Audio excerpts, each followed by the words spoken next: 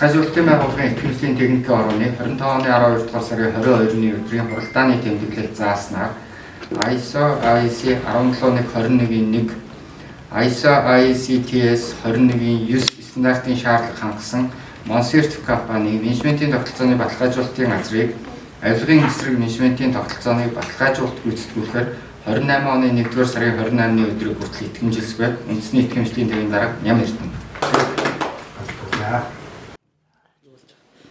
За өнөөдөр бол яхахгүй түүх үйл явдал Монголын чанарын дэд бүтцүүд болж байгаа гэж ойлгох хэрэгтэй. Монсерт нөр 10 жилийнхаа ой дээр ямар ч гэсэн дахиад нэг схемээр хамар хүрээд хэлж байна. Тэр нь юу гэх юм бол бид бүгдний нийгэм нэлээд бас хүчтэй яригддаг буюу авилгын эсрэг стандарт ISO 371-ийг Монгол нутагшуулж байгааг их онцлог болж байна гэсэн үг. Нэг өсөндөө түүхэн эрх зүйн орчны ярих юм бол 2023 оны Монгол улсын их хурлын 59 дугаар тогтоолоор Монгол улс маань авилгын эсрэг үндэсний хөтөлбөртөө болсон байгаа.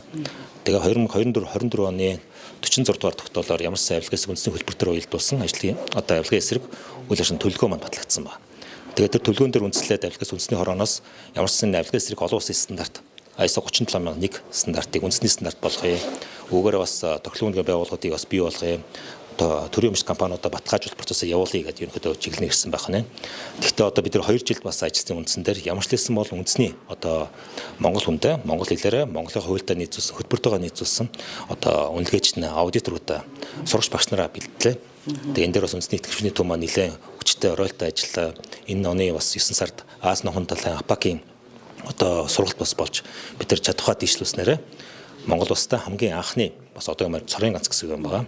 Авилгын эсрэг ISO 37001-ээр хөндлөнгийн хард тусаар баталгаажуулдаг тогтолцооны байгууллага үүснийг нотолж итгэмжлийг үндэсний итгэмжлийн төвөөс Монсерт тогтолцооны байгууллага итгэмжил авч байгаараа онцлог болж байна. Түүхэл явдал болж байна гэж үзэж байна.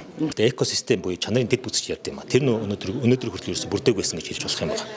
Хөндлөнгийн хард тус тогтолцооны байгууллага өөрөө байхгүй байсан байх нь, зөвлөдөг байгууллага байхгүй байсан байх, суралцдаг байгууллага байхгүй байсан байх нь. Хөтөлбөр нь байгаад идэг, олон улсын стандарт нөрөө байгаад исэн бол одоо ингээд ерөнхийдөө бүтэн дугуй болж байна буюу экосистем бий болсон гэсэн юм байна. Тэгэхээр аж ахуйн нэгжүүд маань буюу төрийн өмч компаниуд маань бүх аж ахуйн нэгжүүд маань энэ стандартыг нэвтрүүлэх бүрэн болцоотой болсон гэсэн үг юм байна. Энийг баталгаажуулдаг хөндлөнгийн хард тус хяналтын байгууллага байна гэсэн үг юм байна. Тэр нь Монсерт байх нь. Тэгээ Монсерт дээр жил болгон магадлангаар явсаар байгаад бид нар авилгатайгаа шат чатаар тэмцэх эрх зүйн орчин бүрдэж байна. Тогтвортой үйлчлэлийн зорилтын 17 зорилтын 3 зорилтын шууд энэ стандартаа шууд уялдаа холбоотой юм байна. Тэг гэж ойлгох хэрэгтэй. Тэгэхээр төрийн байгууллагууд ч гэх юм уу байгууллагууд танахыг хөндлөнгийн аудитаар оруулах боломжтой гэсэн үг байна. Ер нь гэсэн үг өөрөөсөө зоригтойгоор стандартаа нэвтрүүлэнгүүтээ хөндлөнгийн асуудал баталгаажуулаад үйл тохиолдлууд гарсан ч гэсэн тэрийг залруулад байнгын тасалтгүй сайжруулалт хийх тэр PDCA цикл гэж бид хэлдэг. Төлөвлөлт хийснээ шалгах шалтгаан сайжруулалт буюу тэр тогтолцооноор гараад ирсэн гэсэн юм байна. Энэ стандартын бас нэг хэд хэдэн бусад стандартаас сонирхолтой нь юу гэх юм бол тэр шүгэл бүлэгч хамгаалж чадчихээн. Дээрээс нь байгууллага дотор нэг бяцхан цагдаа бий болгож байна гэсэн байна. Тэгэхээр иргэд аж ахуйн нэгжүүд маань нэгдүгээр аж ахуйн нэгж маань стандартаа зоригтой нэвтрүүлэх хэрэгтэй. Иргэд маань бас чанарын менежмент тогтсон 9 мөнийг аягүй сайн мэддэг болсон шүү дээ. Одоо энэ ISO 37001 гэсэн стандартыг аягүй сайн мэдээд тухайн байгууллагаасаа төрийн өмч компаниас хорооноос дүүргээс нийслэлээс төрийн өмч бүх компаниудаас стандартыг шаардах сурах хэрэгтэй. Тухайн байгууллагт ажиллаж байгаа аж ахуйн нэгжүүд маань өөрөө тэр стандарт нэвтрүүлээд тэр ингээд авилгатай гээл нэг бид нар яах нэг туудсны юм уу эсвэл нэг бетны юм уу нэг гүйцэтгэх захирланд солигдоод байна шүү дээ. Тэглээгээ бид нэг доктортой нэг асуудлыг шийдэж байгаа юм харагдахгүй байгаа. Тэгэхээр тогтолцоо нөр дотор нь байж явна гэсэн юм. Тэгэхээр тэр дотор нь шүгэл бүлэгч хамгаалах хэрэгтэй тогтолцоо байх юм байна. Ер нь ил дот нээлттэй болж байна. Дээрээс нь бэлэг авах журам шинэ жил болж байна. 9 шидийн бэлгүүд авцаас явж байна. Бэлгийг бол авч болно. Гэхдээ бас хэмжээ хязгаартай байх хэрэгтэй байх нь. Авсан бэлэг бол заавч мэдэгдэг тогтолцоо байх нь. Ер нь бол ил дот нээлттэй байх стандарт өөрөө тэрийг шаардаа явчих юм байна.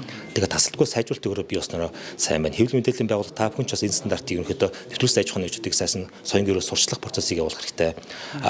Юунууд маань иргэд маань тэрийг шаардах хэрэгтэй.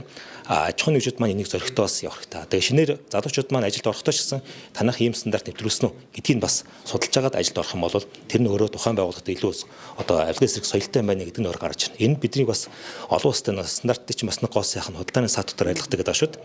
Тэгэхээр цаашаа гадны хөрөнгө оруулалтыг татах, итгэлийг илүү бий болгох, авилгын индексээ бид нар бууруулахад маш үнэтэй хувь нэмрээр оруулах тийм тогтолцоо л гэж хэлнэ.